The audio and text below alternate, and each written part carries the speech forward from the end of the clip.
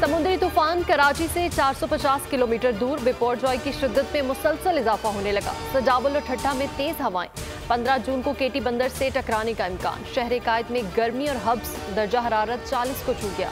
साहिल पर दफा 144 नाफिज। माहीगीरों को वापस बुला ले गया। पाक फौज के दस्ते अलर्ट।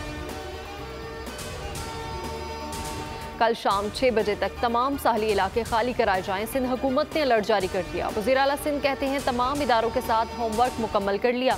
साहली इलाकों से शहरियों का इनखला यकीनी बनाएंगे। वज़ीर आला ने साहली इलाकों का फ़ज़ाई दौरा भी किया। समुद्री तूफान ने भारत में तबाही मचा दी। महाराष्ट्र में रत्नागिरी साहिल पर लोग तूफानी लहरों के नजर हो गए। गुजरात के साहिल पर भी तबाही। मुंबई में तूफानी के बाइस परवासें बंद। 13 से 15 जून तक शदीद बारिशें मुतवक्के। इंतखाबात की तारीख देने से मुतालिक आइन वाज़ेह है। बर वक्त इलेक्शन का इनेकाद पार्लिमानी जमहूरियत के लिए इंतहाई ज़रूरी है। पंजाब इलेक्शन अस्कुत नोटिस का तफसीली फैसला जारी। फैसले में कहा गया कि 7 रुकनी बेंच बना ही नहीं, 4-3 का तनासुब कैसे हो सकता है। सुप्रीम कोर्ट ने वफाकी हुकूमत की लार्जर बेंच की इस्तदाम मुस्तरद कर दी। चीफ जस्टिस बंदयाल का 3 रुकनी बेंच बरकरार रखने का फैसला। 3 रुकनी बेंच कल नजरसानी केस की समाअत करेगा। 9 मई वाक़यात के खिलाफ सेनेट और कौमी असम्बली में मजम्मती करारदादें मंजूर। कौमी असम्बली करारदाद में मुतालबा किया गया कि फौजी तनसीबात पर हमला करने वालों के खिलाफ आर्मी एक्ट के तहत कार्रवाई की जाए। जमात इस्लामी ने फौजी अदालतों के जरिए सिविलियन के ट्रायल की मुखालफत कर दी। पीडीएम का मिलिट्री कोर्ट की हिमायत में करारदाद पेश करना पार्लिमानी सियासत की तारीख में स्याह बाब के तौर पर याद रखा जाएगा। हमाद असर का ट्वीट लिखा, इस करारदाद की इतनी ही कानूनी हैसियत है जितनी पीडीएम की आवाम में पजीराई रह गई। करारदाद इनकी छोटी सोच और डूबती सियासत की आकाश है। चेयरमैन पीटीआई की मजीद 10 मुकदमात में जमानत मंजूर। वो जुडिशल कम्प्लेक्स इस्लामाबाद में पेश हुए। 30,000 मुचलकों के जमानत मंजूर कराई। डेरा गाजी खान में दर्ज मुकदमे में 14 दिन के लिए हिफाजती जमानत मंजूर। इस्लामाबाद हाई कोर्ट का मुतल्लिका अदालत से रजू करने का हुक्म।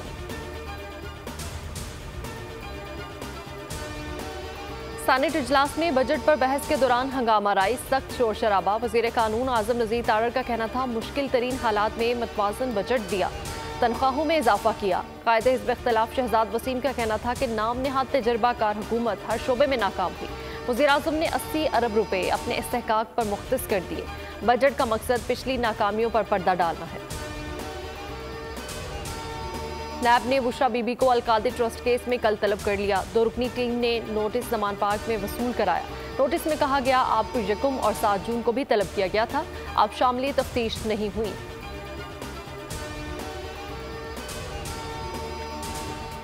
और मेयर कराची के इलेक्शन तहरीक इंसाफ में इख्तलाफात पैदा हो गए। 30 ओहदेदारों का इलेक्शन का हिस्सा न बनने का ऐलान। हाफिज नईम को वोट नहीं देंगे, पोलिंग के दिन गैर हाजिर रहेंगे। हलीम आदिल शेख ने तमाम नुमाइंदों को खत लिख दिया। पोलिंग के दिन अपनी मौजूदगी को यकीनी बनाने का हुक्म। लिखा पार्टी पॉलिसी के खिलाफ जाने वालों के खिलाफ कार्रवाई होगी।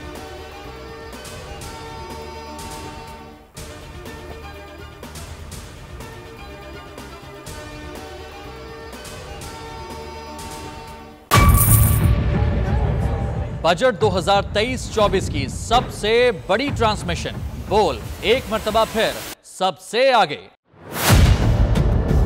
वजीर खजाना की बजट तकरीर की सबसे बड़ी कवरेज। 62% अवाम ने देखा बोल की स्क्रीन पर। Welcome back to the budget transmission. सबसे बड़े पैनलिस्ट और रिपोर्टर्स की बड़ी टीम ने बजट के लम्हे लम्हे की अपडेट से किया बाखबर अपनी आवाम को। गुजरात अदाफ में यूं कह रहा हूं कि एक तरफ ये ख्वाहिश है कि लोगों को रिलीफ दी जाए, क्योंकि इलेक्शन सिर पर है तो कोई ऐसा बजट दे जो पॉपुलिस्ट हो। क्योंकि बोल रखता है खबर के हर पहलू पर नजर। बोल है सबसे आगे, सबसे पहले। सब्सक्राइब करें और बेल दबाएं ताकि कोई खबर रह न जाए।